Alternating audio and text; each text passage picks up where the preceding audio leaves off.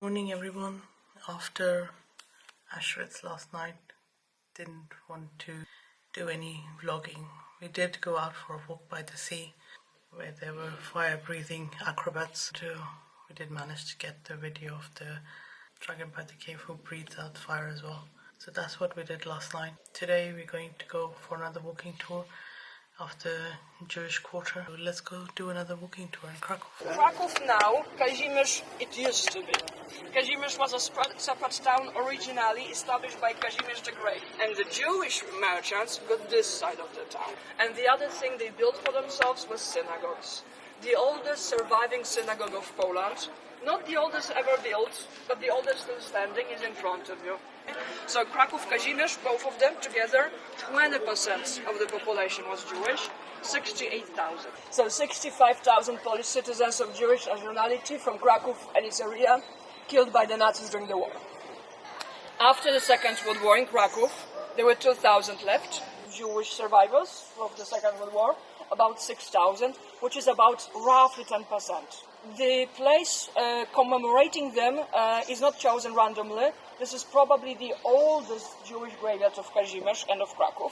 The rock is here, and there's lots of small rocks around it. Jewish people come from the desert land. There's no trees to make the coffin with, and the grave is going to be made in the sand. And if you do that, you just bury a person, just the body, in the sand. Next night, the animals will come. So in order to prevent it, you're going to build a grave out of a pile of rocks, like this. And then a couple months later, they slowly are going to fall apart, probably, yeah? So then you come back and you re-put the rocks. And then again you do that, again and again and again. With time, putting rocks on somebody's grave turns into a symbol of remembering, because you always come back for this person. You still remember them. Yeah? So that's why the rocks. It was filmed here. Some other scenes were filmed here as well. Okay, so this is the place where the Schindler's List movie was made. And every time there was something important happening in this parish, they would paint a painting. They had a visual comic book chronicle because of it. Yeah. So paintings not written, yeah, but paintings, pictures. Those paintings are next to the altar. So to the right, to the left side of it. And basically the whole wall is covered with those paintings. They're not very high artistic quality, but this is a testimony to the history of the parish. And one of the events that is painted there, that's described there, is a fire that started in the Christian side of Kazimierz somewhere in the 17th century. And it was a cause of a miracle, this fire. Because the people here were at that time so religious that instead of running to the Wisła River, the biggest river of Poland, to put down the fire with that water from the river is 2 minutes walk that way, by the way, just 2 minutes walk. All of them, they run into the church to pray for the wind to come down and blow the fire over to the Jewish side. And that happened, fortunately. And the church survived. And the parish is still proud of that. Is it closed on Sundays? No, on Monday. Saturday, Sunday until 6 o'clock. This is a museum of urban engineering, and they have tram tracks going all the way onto the road. It looks like trams come to sleep at night in here.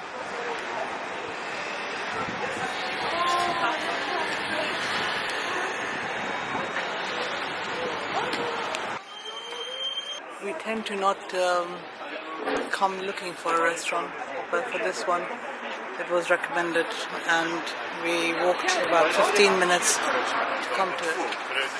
It is called Pulowski, and there's a couple of locations of Pulowski. It's traditional style looking restaurant inside.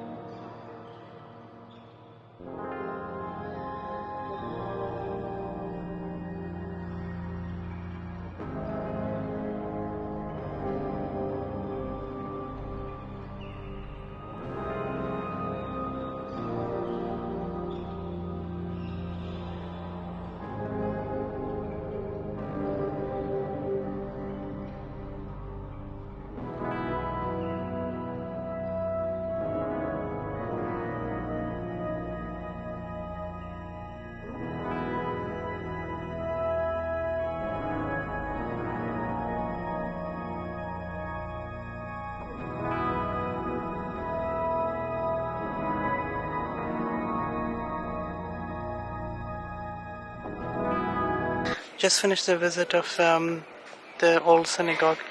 It's not very big inside, and there's only a few artifacts to see. But you know that you're helping in some way to restore the old synagogue. This is the oldest surviving synagogue in Krakow. The menorah looks a bit different compared to the other menorahs that we've seen.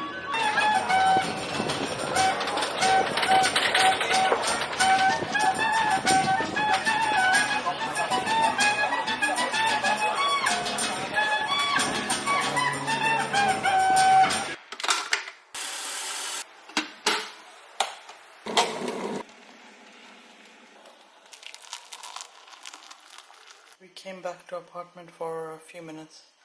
We have about an hour before the next walking tour starts, so we are on to walking tour number 3 in Krakow.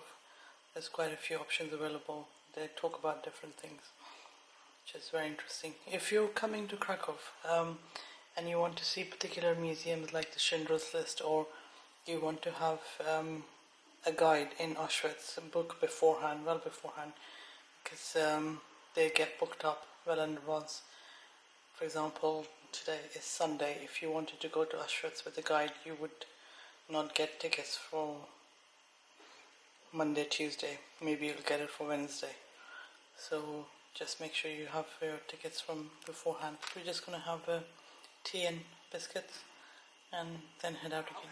But if you saw the movie Schindler's List, in the movie Schindler's List, the scenes of the Jewish people leaving the Jewish quarter, going to the ghetto, it was all filmed on the bridge of that one bridge, which now is the new one, replaced with the new one, because the old one was destroyed by the Nazis at the end of the war, and it was farther over there. We can still see cars and trams going on that green bridge over there. Vistula River, which is the longest river in Poland, used to be the border of the country at some point. There was the time when this was Austro-Hungarian Empire, and Kazimierz was part of Krakow, so it was part of Poland. A lot of factory owners lived here. That explains these beautiful buildings next to the Vistula River. Yes, this is of course where owners of the factories lived. Later on we are going to see a lot of houses where workers lived, some of them already at the end of the street. Later on we'll walk down the streets of the ghetto, so you will see small buildings, 1 floor, 2 floors, where no proper kitchens or bathrooms. Very often there was just one toilet per entire floor. It was built here at the beginning of the 20th century. It was designed by Polish artist, Polish architect Jan Sas-Zubrzycki. And when we talk about the history of the ghetto, when it was announced where the borders of the ghetto are going to be, Nazis announced that this line here, where you can see these buildings, this will be one of the borders of the ghetto. So that means that church was outside of the borders, but it was just next to the ghetto, yes, next to the gate. And it was actually the priest from this church who wrote the official letter of complaint to the Nazis. And he said that he does not wish to have the ghetto next to his church. And he wrote that how is that possible that he's going to lose the people who come to the church. And of course, what Nazis wrote back, that if he doesn't like his situation, they can annex to the ghetto the area of the square as well, and he's going to lose the church. You can see behind me the buildings which were standing on the border of the ghetto. People who lived on the first and second floor were in the ghetto. Through their windows they had a view to the free world. The children were coming here to look at other children who were playing here outside. The yellow one. And I was already telling you about Arbeitsamt before, that it was the employment service, that all the people had to register themselves when they were coming to the ghetto. But not only they had to register themselves when they were coming to the ghetto, but also every 4 weeks. Artists who decided to use the chair as a symbol of those people, they said very often after deportations, and we know it from the photographs which were taken by the Nazis, the square was empty, but only furnitures and chairs which people brought here were laying around. And that's why they decided to use the empty chair as a symbol of people who were deported. But to be honest, for me, very often when I come to this square and I look at these chairs, it reminds me about what you can see in Auschwitz-Birkenau camp. You know, when you go to Auschwitz and you go through this barracks number 4 and 5, you can see there the personal belongings of people. And always when I go to those barracks, either on my own or with my groups, you know, when I look at these belongings, I always look at the glasses. Yes, hundreds of pairs of glasses mixed together. And I always think about my own glasses, which I put on every single day, and how uncomfortable and weird I feel without them. Yes, and how much I need them. And I then think about those people who traveled from different European countries. They had no idea where they were, what was going on, and they had to take off their glasses. And then you go to the next room and there are the shoes. And I look at the shoes and I think about my own shoes. How important it is for me to have the comfortable shoes every single day. Those people were arriving to the camp and no longer they could wear their clothes, and no longer they could wear their shoes. Their heads were shaved, they had no idea where they were and what was going on. And again, they were dehumanized. The shape of the tombstone from the Jewish cemetery. And they started to build the wall in April 1941. Actually, it was the first day of the Jewish holiday called Pesach, Passover. And he came here for business. Yes, it was never his goal to save any people. He came here for business, to earn a lot of money. And when he came here, he was owner at the beginning of a shop in the Jewish district, and then he got this factory. It was enamel factory. Means that people who were working here before the war, they were producing enamel pots. Later, of course, they started to produce the ammunition for the army as well, but that was later on during the occupation. He decided to hire Jewish people from the ghetto, and the reason was simple, it was just cheaper for him. He came here for money, to have this business, so that's why he hired Jews from the ghetto.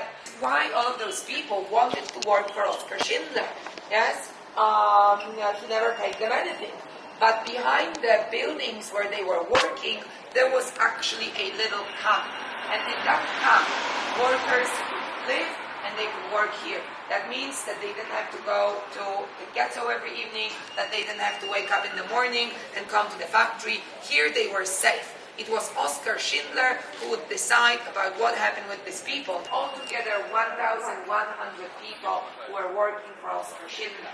Yes, this is the part of the story we know from the movie Schindler's List. We know it from the book Schindler's Art, which I mentioned before, was published in 1982.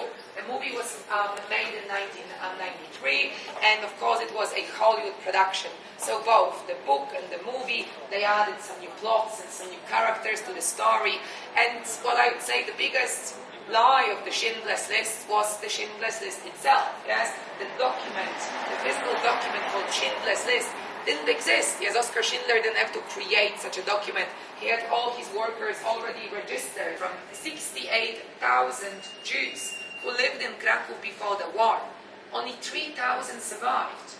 And from these 3,000 survivors, 1,100 were saved by Oskar Schindler. A lot of people call him a hero, and a lot of people call him an opportunist. But you know who is never going to call him an opportunist? The survivors whose pictures you can see in the windows here, their children and their grandchildren. I actually had this honor of guiding here in this museum some of the children and grandchildren of survivors. Because the Schindler's List is still growing. There are still new people being born thanks to the fact that Oskar Schindler saved 1,100 people. In the movie Schindler's List and in the book Schindler's Art, they use this quote from Talmud, which says, "Whoever saves one life saves the world entire." And I think I truly understood it a couple of years ago when I guided here a group of young Americans, and there was this girl who came to me at the end of the tour, and she showed me on her phone the picture taken on her wedding day. And it was her wearing this beautiful wedding dress, and she was there with her grandfather, who walked her down the aisle on her wedding day, and who was saved by Oskar Schindler during the time of the war. And that was the moment I really thought, whoever saves one life saves the world. Thank you very much.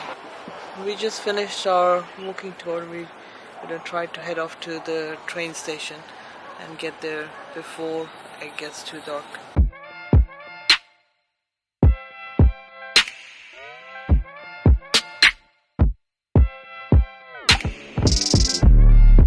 We managed to find some parking on the road which was free, but there is parking for 2.5 zloty per hour, which is cheaper than the normal on-the-road parking.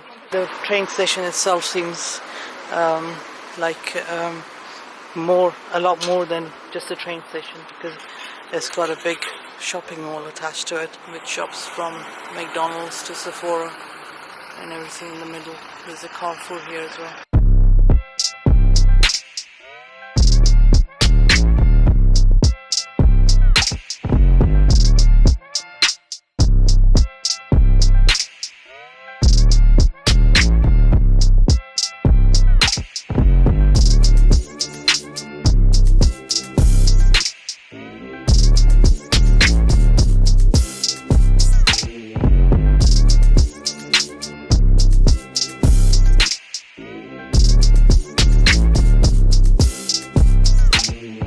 Found a really good place to eat.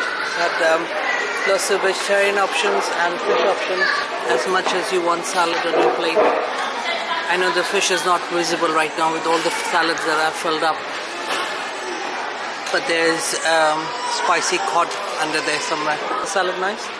He's too busy eating to say if the salad's nice or not, but he nodded to say the salad's very tasty.